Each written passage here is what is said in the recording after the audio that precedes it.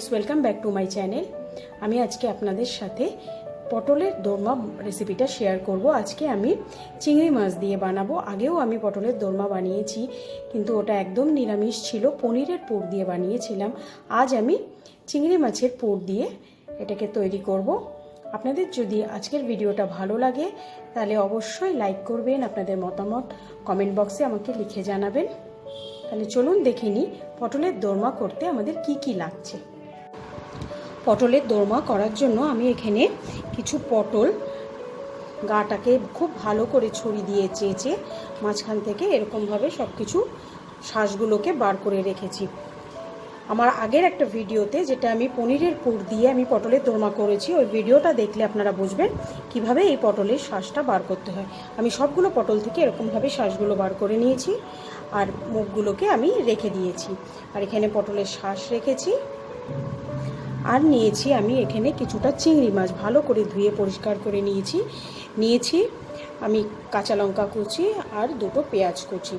এবার চিংড়ি মাছগুলো আমি ছোট ছোট করে কেটে নেব। একদম ছোট ছোট করে চিংড়ি মাছগুলোকে কেটে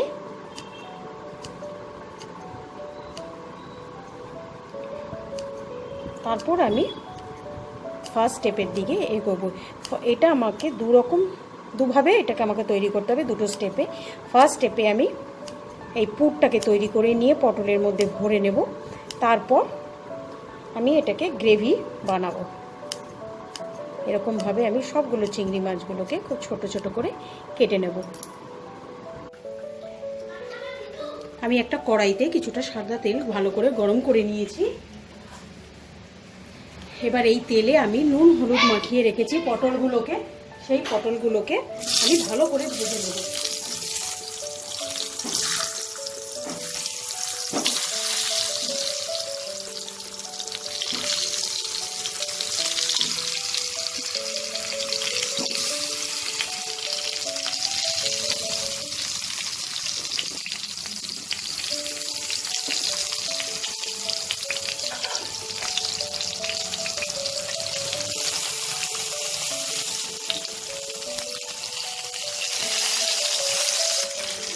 পটলগুলোকে আমি লাল লাল করে ভেজে নিয়েছি। এবার আমি এটা তুলে নেব। এবার আমি এই তেলেই পেঁয়াজ কুচিটা নিয়েছিলাম, পেঁয়াজ কুচিটা দিয়ে দেবো।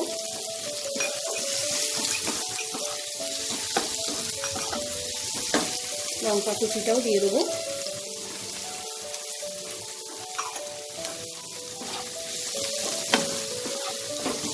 এটাকে হালকা একটু ভেজে নেব। পেঁয়াজটা আমি হালকা করে ভেজে নিয়েছি। এবার চিংড়ি মাছগুলো দিয়ে দেবো।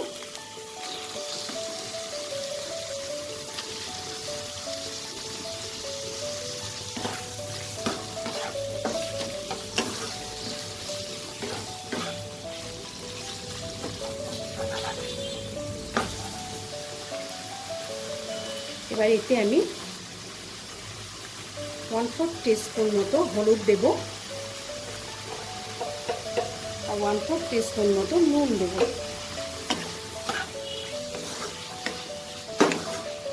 এবার এটাকে খুব সুন্দর করে ভাজা ভাজা আমি করে নেব। এতে আমি পটলের শাঁসগুলোকেও দিয়ে দেবো। এবার সবগুলোকে খুব ভালো করে মিশিয়ে আমি একদম শুকনো করে ড্রাই করে ভাজা ভাজা করে নেব। চিংড়ি মাছের পুরটা আমার একদম রেডি হয়ে গেছে। এবার এটাকে আমি ঠান্ডা করে নেব। যতক্ষণ পুরটা ঠান্ডা হচ্ছে আমি দেখে নেব আমাদের গ্রেভিটা করতে কি কি মশলা লাগছে। প্রথমে বলি, এখানে আমি কিছু গুঁড়ো মশলা নিয়েছি। মশলার মধ্যে এখানে আছে লঙ্কা গুঁড়ো 1 চামচ, জিরে গুঁড়ো 1 চামচ, হলুদ গুঁড়ো 1 চামচ, ধনে গুঁড়ো, পরিমাণ মতো নুন। আর এখানে নিয়েছি আমি একটা টমেটো, 7-8 কোয়া রসুন, দুটো ছোট ছোট পেঁয়াজ, একটা দারচিনি, 4টে ছোট এলাচ আর কিছুটা আদা। আমি এই গোটা মশলাগুলো একসাথে মিক্সিতে প্রথমে পেস্ট করে নেব। পুরটা আমার ঠান্ডা হয়ে গেছে। এবার আমি পুরগুলোকে পটলের মধ্যে ভরে নেব।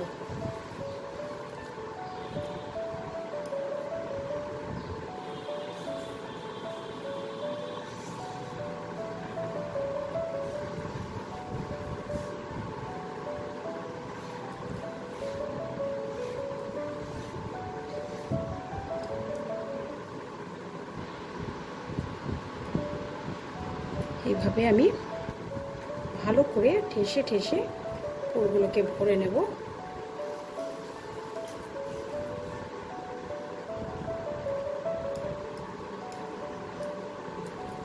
আর যে পটলের মাথাগুলোকে রেখেছিলাম এই মাথাগুলোকে এইভাবে লাগিয়ে আমি দুটো টুথপিক দিয়ে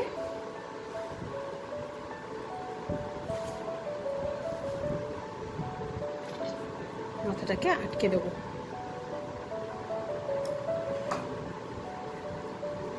যাতে পুরটা আমার বেরিয়ে না যায়।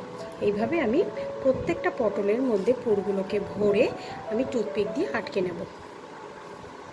আমি যেই কড়াইতে পুরটা বানিয়ে নিয়েছি সেই কড়াইটাই আমি ইউজ করব। আমি এই কড়াইতে 1 চামচ সাদা তেল ভালো করে গরম করে নিয়েছি। এতে আমি একটু তেজপাতা আর 1 চামচ সাদা জিরে ফোড়ন দেব। জিরেটা থেকে ভাজা ভাজা গন্ধ বেরিয়ে গেলে আমি মিক্সিতে পেস্ট করে রাখা মশলাটা দিয়ে দেব।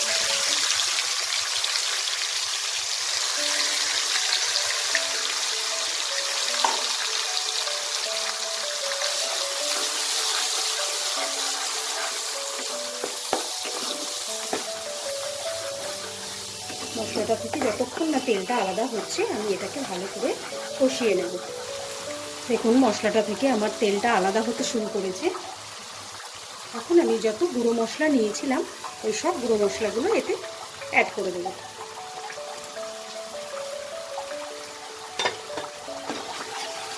দিয়ে আবারও এটাকে আমি খুব ভালো করে কষিয়ে নেব। মশলাটা আমার কষানো, এবার এতে আমি জল দিয়ে দেবো। খুব বেশি জল দেবো না, এই পটলের দোরমাটা একটু গা মাখা হয়। এবার ঝোলটা ফোটা অবধি আমি অপেক্ষা করব। ঝোলটা ফুটে গেছে। এখন আমি এতে পটলগুলোকে আস্তে আস্তে দিয়ে দেবো। পটলটা দেওয়ার পর খুব বেশি নাড়াচাড়া করা যাবে না, পুরটা বেরিয়ে যাওয়ার ভয় থাকে। এবার আমি এটাকে ঢেকে রান্না করব। এটাকে আমি ঢেকে দিলাম। এবার পটলটা যতক্ষণ না নরম হবে আমি ততক্ষণ এটাকে মিডিয়াম ফ্লেমে রান্না করব।